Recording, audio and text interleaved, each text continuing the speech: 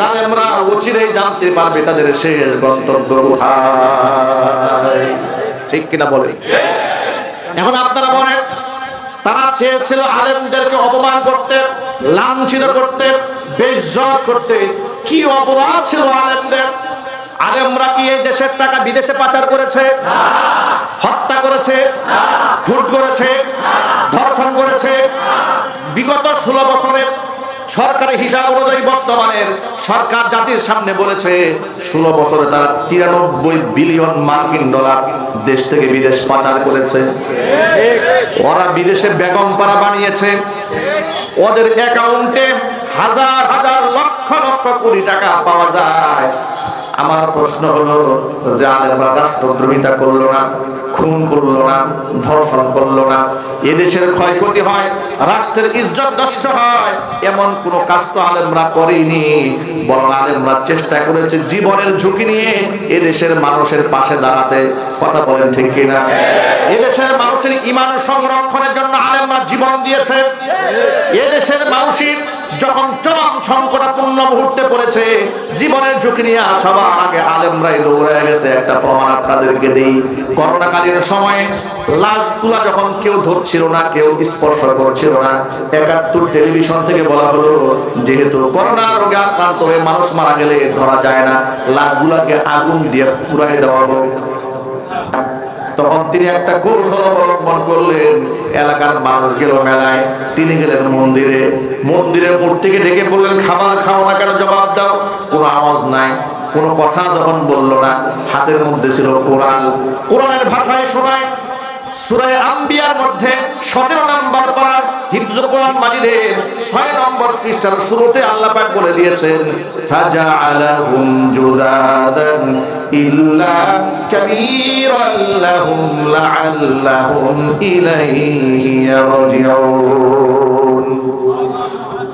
আমার খলিল ইব্রাহিম মূর্তিগুলাকে ভেঙে টুকরা টুকরা করে দিয়েছে। ইল্লা কাবীরান লাহুম, তবে মাঝখানে বড় মূর্তি যেটা ছিল, সেই বড় মূর্তিটা ভাঙে নাই। বড় মূর্তি না ভেঙে বড় মূর্তির কাঁধের মধ্যে কুরআনটা ঝুলাই দিয়ে মন্দির থেকে বের হয়ে গেছে। বড় মূর্তির কাঁধের উপরে কুরআন ঝুলিয়ে মন্দির থেকে যখন বের হয়ে গেল, এলাকার লোকেরা মেলা শেষ করে যখন বাড়ির উদ্দেশ্যে রওনা হয়েছে, তারা মনে মনে ভাবলেন, মেলা থেকে কত সুস্বাদু খাবার কিনলাম, ভগবানকে যদি খাবার একটু না খাওয়াই তাহলে তো বেবরকত হবে। ভগবানকে খাবার খাওয়ানোর জন্য সকলে ছুটেছে মন্দিরে। মন্দিরে গিয়ে দেখে মাঝখানে শতান হয়ে বড় মিয়া দাঁড়ায় আছে, আর ছোট মিয়া যা আছে সব শেষ। এই দৃশ্য দেখে তারা বলা শুরু করে দিল, ক্বালু মান ফাআলা হাদা বিআলিহাতিনা ইন্নাহু লামিনাজ যালিমিন। আমাদের দেবতার সাথে এই আচরণ যে করেছে সে জালেম। এখন কে করলো এই কাজ? তথ্য বের করতে হবে। নমরুদ গোয়েন্দা টিম লাগাই দিল, তথ্য উদ্ঘাটন করা হলো। এলাকার মানুষ বলল, আমাদের দৃঢ় বিশ্বাস এই কাজ ইব্রাহিম ছাড়া কেউ করে নাই, কারণ আমরা দেখেছি শিশুকাল থেকে এই ছেলেটা আমাদের দেবদেবীর সমালোচনা করে, সুতরাং তাকে ছাড়া এই কেউ কাজ করতে পারে না। নমরুদের সামনে গিয়ে তারা স্টেটমেন্ট দিল, ক্বালু সামি'না ফাতান ইয়াযকুরুহুম ইউকালু লাহু ইব্রাহিম। একটা বালক আছে, যেই বালক, যেই তরুণটা সব সময় এই দেবদেবীর গুলো সমালোচনা করেছে। আমাদের দৃঢ় বিশ্বাস সে ছাড়া দেবদেবীর সাথে এমন খারাপ আচরণ কেউ করতে পারে না। নমরুদ বললো, বলে তাই নাকি? বলে হ্যাঁ। তো ইব্রাহিমটাকে? বলে ইব্রাহিম আপনার মন্ত্রীর ছেলে। বলে আমার কোন মন্ত্রী? বলে আপনার একেবারে সবচেয়ে ঘনিষ্ঠ মন্ত্রীর নাম কি? বলে আজর। আজরকে ডাক দিয়া নমরুদ বলছে, ব্যাপারটা কি? তোমার সন্তান নাকি? ইব্রাহিম বলে হ্যাঁ। জাহাপনা, কথা তো সত্য। বলে তোমার সন্তান কি এ ধরনের হতে পারে? বলে জাহাপনা, কি বলবো আপনার কাছে, জন্মের পর থেকে এই ছেলেটা জীবনে কোনোদিন মূর্তিকে শ্রদ্ধা করে নাই। সুবহানাল্লাহ, কি বাড়ি গিয়ে বলবেন? আরে বাবা, তিনি তো জাতির পিতা হবেন, তাওহীদ প্রতিষ্ঠার উপকার হবেন। চিল্লায় আল্লাহু আকবার। তিনি তো মূর্তির সামনে মাথা নত করতে পারেন না। বাবা আযর নমরুদের সামনে স্বীকার করেছে, শিশুকাল থেকেই ও এগুলা সমালোচনা করে, এগুলার অসারতা নিয়ে কথাবার্তা বলে, তাই নাকি? বলে হ্যাঁ। তো আজকে তাকে হাজির করা হোক, তার বিচার হবে, জনসম্মুখে তার বিচার হবে, কেন সে দেবদেবীর সাথে আচরণ করেছে। অপমান করা হবে, অপমানিত করা হবে, লাঞ্ছিত করা হবে। আপনাদের সকলের জ্ঞাতার্থে আমি জিজ্ঞেস করতে চাই, প্রমাণ দিবেন আপনারা? এক বাক্যে বলেন, ইজ্জত দেওয়ার মালিক কে? আল্লাহ পাক যদি কাউকে সম্মান দিতে চান, পৃথিবীর কোন জালেম কি তাকে অসম্মানিত করতে পারে? না। এই দেশে ফেরাউন নমরুদ যদি নাও থাকে, কিন্তু ফেরাউন এবং নমরুদের নাতিপুতি আছে না নাই? আবু জেহেলের নাতিপুতিরা আছে না নাই? যারা এই কোরআনকে ব্যান করতে চায়, কোরআনের আইন পছন্দ হয় না, দাড়ি পছন্দ হয় না, টুপি পছন্দ হয় না, মহিলাদের পর্দা পছন্দ হয় না, মসজিদ মাদ্রাসা পছন্দ হয় না, আল্লাহর কসম করে বলি, ওরা ফেরাউন, আবু জেহেল আর নমরুদের নাতিপুতি ছাড়া আর কেউ হতে পারে না। এই নমরুদের নাতিপুতিরা বিগত 16টা বছর ধরে আলেমদেরকে অন্যায়ভাবে কারারুদ্ধ করে দিয়েছিল। কথা বলতে হবে, ঠিক কিনা? আলেমদেরকে অপমানিত করার জন্য মিথ্যা নাটক সাজিয়েছিল। রফিকুল ইসলাম মাদানির মতো ছোট্ট একজন আলেমকে ওরা সহ্য করতে পারে নাই। দিল্লিতে ডেকে নিয়ে গায়ের জামা কাপড় খুলে, প্যান্ট শার্ট পরিয়ে, হাতের মধ্যে সিগারেট ধরিয়ে, অর্ধনগ্ন উলঙ্গ মহিলার পাশে বসিয়ে তারা ফটোগ্রাফি করে পরিকল্পনা করেছিল ইন্টারনেটে ছেড়ে দিয়া জাতির সামনে প্রমাণ করবে আলেমের চরিত্র ভালো নয়। নাউযুবিল্লাহি মিন যালিক। যে হারুন আঙ্কেলের নেতৃত্বে এই কুকর্ম সম্পাদিত হয়েছিল, আল্লাহ রাব্বুল আলামিন এক মাসও যায় নাই, কিছুদিনের ব্যবধানে আল্লাহ পাক তারে জাতির সামনে ল্যাংটা করে ছেড়ে দিয়েছে।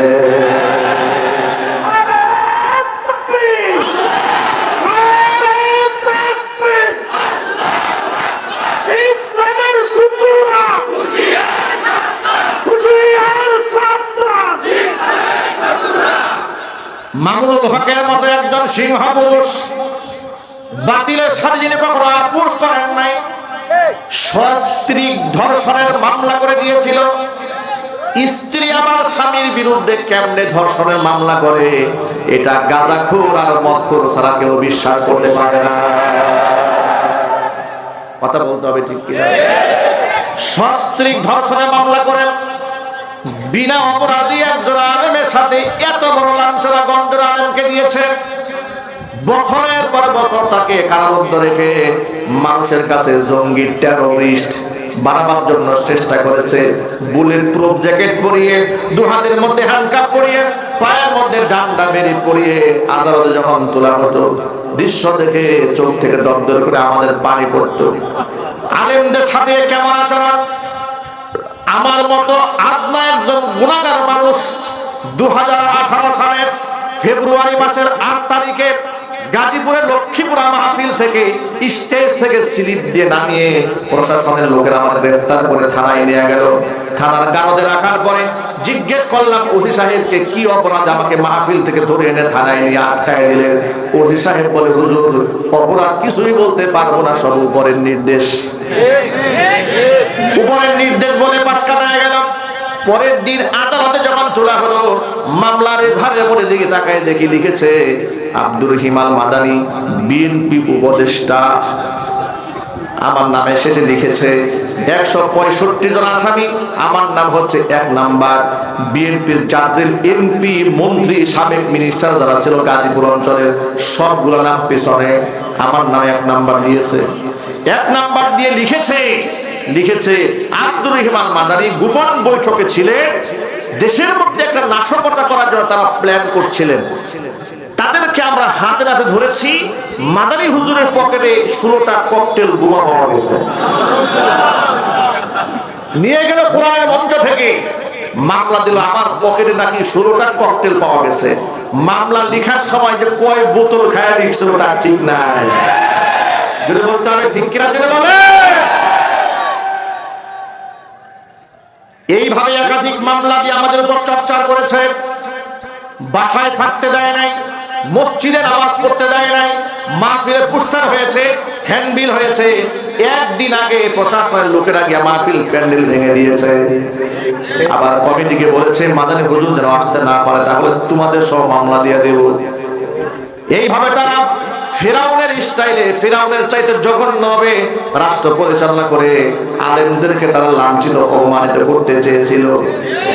শহীদ আল্লামা দেলওয়ার হোসেন সাঈদী রাহমাতুল্লাহি আলাইহি আল্লাহর জীবন্ত ওলি ছিলেন। কথা বলতে হয় ঠিক কিনা? নির্বিশেষে একবিংশ শতাব্দীতে আমার জানা মতো আমি যদি কসম করে বলি কাফারা দিতে হবে না, তার চাইতে জনপ্রিয় মানুষ বাংলাদেশে আর কেউ জন্মগ্রহণ করে নাই। এমন একজন সম্মানিত মানুষ যার মাহফিল শোনার জন্য লক্ষ লক্ষ মানুষ গিয়ে জমা হতো, এক নজর দেখার জন্য হাত চুম্বন করতে পারলে লোকেরা ধন্য মনে করত। যার মাহফিলে তাকে সরাসরি ধরতে না পেরে লোকেরা তার গাড়ি পর্যন্ত ধরে চুমা খেয়েছে, লোকেরা তার লিখিত বই পড়ে বই ধরে চুমা খেয়েছে। কথা বলতে হবে ঠিক কিনা বলেন? সারা জীবন বাতিলের বিরুদ্ধে বলেছে, ধর্ম নিরপেক্ষতাবাদীর বিরুদ্ধে বলেছে, নাস্তিকদের বিরুদ্ধে বলেছে, মাজার পূজারীদের বিরুদ্ধে বলেছে, জালেমদের বিরুদ্ধে বলেছে, কারো রক্ত চক্ষুকে পরোয়া করে নাই। তার বিরুদ্ধে মামলা দিয়া এমন অপবাদ রটনা করে দিয়েছিল, তিনি নাকি 300 নারীকে ধর্ষণ করেছিলেন। জোরে জোরে নাউজুবিল্লাহ। সুখরঞ্জন বালির ভাইকে নাকি তার হিতিন হত্যা করেছিলেন, অথচ সুখরঞ্জন বালি নিজে বলেছেন আমি হিন্দু মানুষ হলে কি হবে, একজন আলেমের ব্যাপারে আমি মিথ্যা কথা বলতে পারবো না। এই জন্য সুখরঞ্জন বালিকে আদালত প্রাঙ্গণের সামনে থেকে গুম করে তাকে ভারতের সীমানায় গিয়ে দিয়েছিল। এত কিছু করার পরেও সত্য কোনদিন মিথ্যা দিয়ে ধামা চাপা দিয়ে রাখা যায় না। জাতি ওদের ওই সমস্ত প্রপাগান্ডা বিশ্বাস করে নাই। আলেমদেরকে বেইজ্জত করার জন্য তারা শাহবাগের মধ্যে ইমরান এই সরকারের মতো নাস্তিকদের মাধ্যমে বিরাট মঞ্চ কায়েম করে মাসের পর মাস ঢাকা সিটির শাহবাগ চত্বরের গুরুত্বপূর্ণ ব্যস্ততাপূর্ণ জায়গাটাকে তারা ব্লক বানিয়ে দিয়েছিল। কিন্তু আপনারা বলেন, ওরা যে আলেমদেরকে জঙ্গি বলল, রাজাকার বলল, নারী ধর্ষণকারী বলল, এত কিছু বলে দিল থেকে আলেমদের মহব্বত তারা সরাতে পেরেছিল? আরো জোরে বলেন। আলেমদের মহব্বত তো সরাতে পারেই নাই, তার কারণ সরাতে তারা পারবে না কোনোদিন। কুরআনে আল্লাহ পাকের ওয়াদা আছে, ইয়ারফাইল্লাহুল্লাযীনা আমানু মিনকুম ওয়াল্লাযীনা উতুল ইলমা দারাজাত। ঈমানদারদের সম্মান আনলে আমি আল্লাহ পাক বৃদ্ধি করে দেব। যাদের ইলম দান করা হয়েছে, যারা আলেম, তাদের মর্তবা আমি আল্লাহ পাক বাড়াই দেব। ওয়াদাটা কার? আল্লাহ। আরো জোরে বলেন ওয়াদা কার? আল্লাহ পাক কি মিথ্যা ওয়াদা করেন? আল্লাহর চেয়ে সত্যবাদী আর কে হতে পারে? ওয়ামান আসদাকু মিনাল্লাহি কিলা। আল্লাহর ওয়াদা সত্য। এই সমস্ত জুলুমগুলো আমরা যখন দেখতাম আমরা বড় আফসোস করতাম। কোরআন মাজিদের ওই আয়াতটা মনে পড়তো, ওয়াসায়ালামুল লাযীনা যালামু আইয়ামুনকালাবিন কাইবুন। বলা হয় নাই? বলা হয় নাই? আর আমরা কি বললেন শোনেন না? মুসলমানের লাশ কোনদিন আগুনে পুড়তে পারে না। মুসলমানের লাশের সম্মান আছে না নাই? ইজ্জত আছে না নাই? লাশ পুরানো যাবে না। আলেমরা ঝুঁকি নিয়ে নিজেরা করোনা রোগে আক্রান্ত লাশগুলাকে নিজ হাতে গোসল করিয়েছে, কাফন পরিয়েছে, কবরে দাফন করেছে, সম্মানের সাথে দুনিয়া থেকে বিদায় করে দিয়েছে।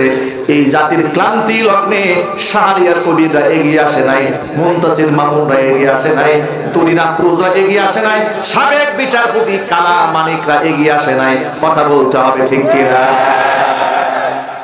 বন্যা কবলিত মানুষের পাশে নাস্তিক বেঈমানরা এগিয়ে যায় নাই। সিলেটে বন্যা হলো, উত্তরবঙ্গে বন্যা হলো, এমনকি কুমিল্লা, নোয়াখালী, ফেনী অঞ্চলে যখন ভয়াবহ বন্যা কবলিত মানুষের পাশে সবচাইতে বড় অবদান রেখেছে আলেমরা। আর সুন্নাহ ফাউন্ডেশনের মাধ্যমে শেখ আহমদুল্লাহর নেতৃত্বে 1 সপ্তাহের ব্যবধানে এদেশের মানুষ আলেমদেরকে কত বিশ্বাস করে।